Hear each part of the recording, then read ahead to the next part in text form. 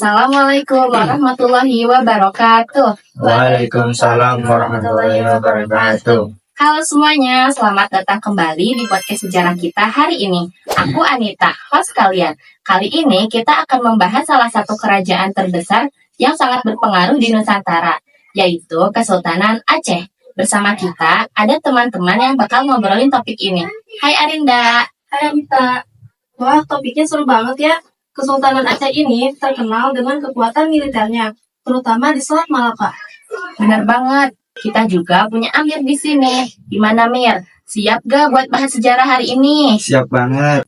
Kesultanan Aceh itu salah satu kerajaan yang paling kuat dalam menghadapi kolonialisme.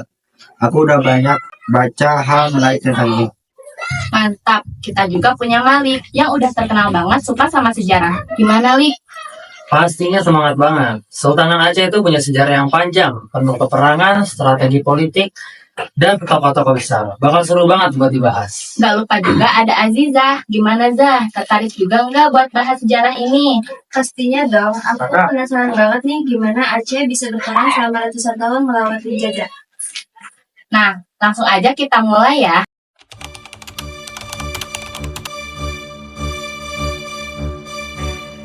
Kesultanan Aceh ini berdiri pada awal abad ke-16 dan mulai berkembang pesat sebagai salah satu kekuatan besar di Nusantara. Sultan pertama Aceh adalah Sultan Ali Muboyat Shah.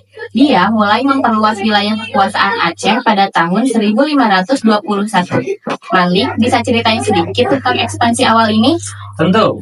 Jadi Sultan Ali Mubayyad Shah sadar kalau Aceh harus memperkuat diri setelah jatuhnya Malaka ke tangan Portugis pada 1511. Karena itulah, dia mulai menaklukkan wilayah-wilayah di sekitar Aceh, terutama di pesisir barat dan timur Sumatera. Selain itu, dia juga berhasil mengalahkan Portugis di Pediar dan Pasai, yang saat itu merupakan pusat perdagangan penting. Menarik ya, itu berarti Aceh udah mulai bersaing dengan Portugis sejak awal berdirinya. Tapi kalau nggak salah, setelah Sultan Ali Mubayyad Shah meninggal, ada pergantian kekuasaan yang cukup bergejolak ya? Ya, benar banget. Setelah beliau wafat pada tahun 1530, putranya Sultan Salahuddin naik tahta. Sayangnya kepemimpinan dianggap kurang kuat, terutama setelah gagal menyerang Malaka pada tahun 1537. Hal ini menyebabkan kudeta oleh saudara sendiri Sultan Alauddin Riyad Shah Al-Qahar pada 1539. Nah, disinilah mulai banyak ekspansi militer lagi kan. Sultan Alauddin Riyad Shah Al-Qahar mencoba merebut Malaka dari Portugis, tapi berkali-kali gagal. Betul banget. Dia juga mengirim ekspedisi ke Aru, yang saat itu masih dalam wilayah Kesultanan Johor. Namun, Johor bekerja sama dengan Portugis untuk menahan serangan Aceh. Meskipun gagal menguasai Malaka, Aceh tetap menjadi kekuatan besar di wilayah itu. Setelah masa itu, kita sampai di masa kejayaan Aceh.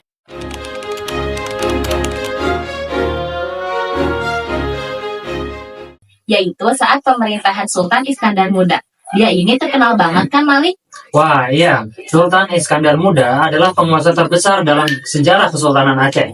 Di bawah kepemimpinannya, Aceh mencapai puncak kejayaan militernya. Dia memperkuat pasukan dengan kapal perang besar, pasukan gajah, dan kavaleri berkuda. Selain itu, dia juga memperluas wilayah Aceh sampai ke Semenanjung Malaya. Dan yang keren, dia juga menolak kehadiran Belanda dan Inggris untuk berdagang di Aceh kan? Iya, benar.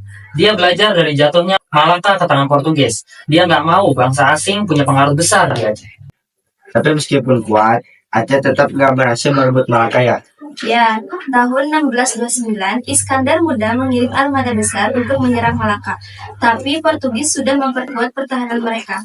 Pasukan Aceh akhirnya mundur setelah mengalami kerugian besar.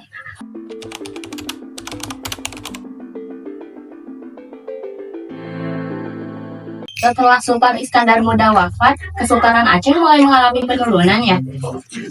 Betul, penerusnya Sultan Iskandar Sani tidak fokus pada ekspansi militer, melainkan lebih ke pengembangan ilmu pengetahuan. Lalu setelah itu, yang menarik adalah kepemimpinan Sultanah Safiatuddin.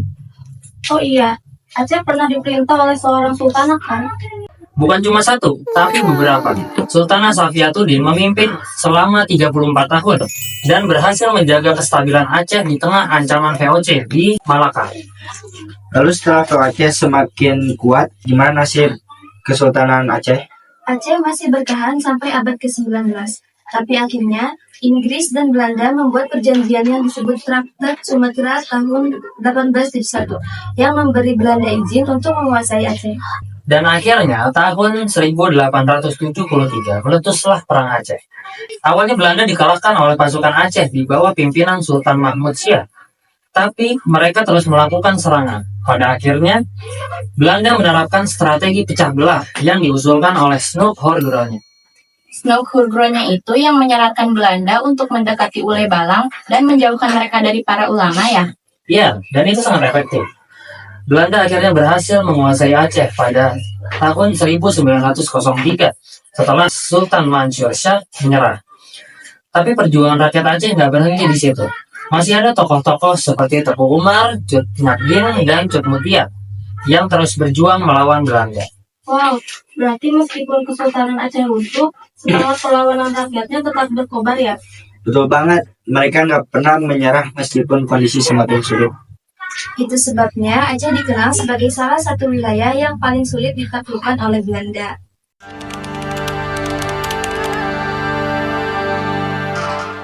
Nah, sebelum kita akhiri podcast ini, kita bahas sedikit yuk tentang peninggalan-peninggalan Kesultanan Aceh.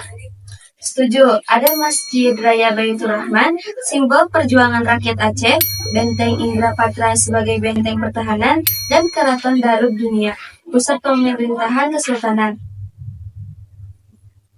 Warisan budayanya juga banyak, seperti makam Raja-Raja Aceh, meriam lada Sicupak, serta adat dan tradisi seperti tarian sedati dan pesijuk. Selain itu, Aceh juga punya peninggalan di bidang ilmu dan perdagangan, seperti naskah-naskah kuno serta sistem perdagangan maritim yang membuatnya dijuluki sebagai Serambi Makkah. Nah, dari sejarah Kesultanan Aceh ini, kita bisa belajar banyak, di antaranya tentang keberanian, strategi, dan kepemimpinan yang kuat agar sebuah kerajaan bisa bertahan lama. Benar, semoga kisah Kesultanan Aceh bisa menginspirasi kita semua. Terima kasih sudah mendengarkan. Sampai jumpa di episode selanjutnya. Wassalamualaikum warahmatullahi wabarakatuh.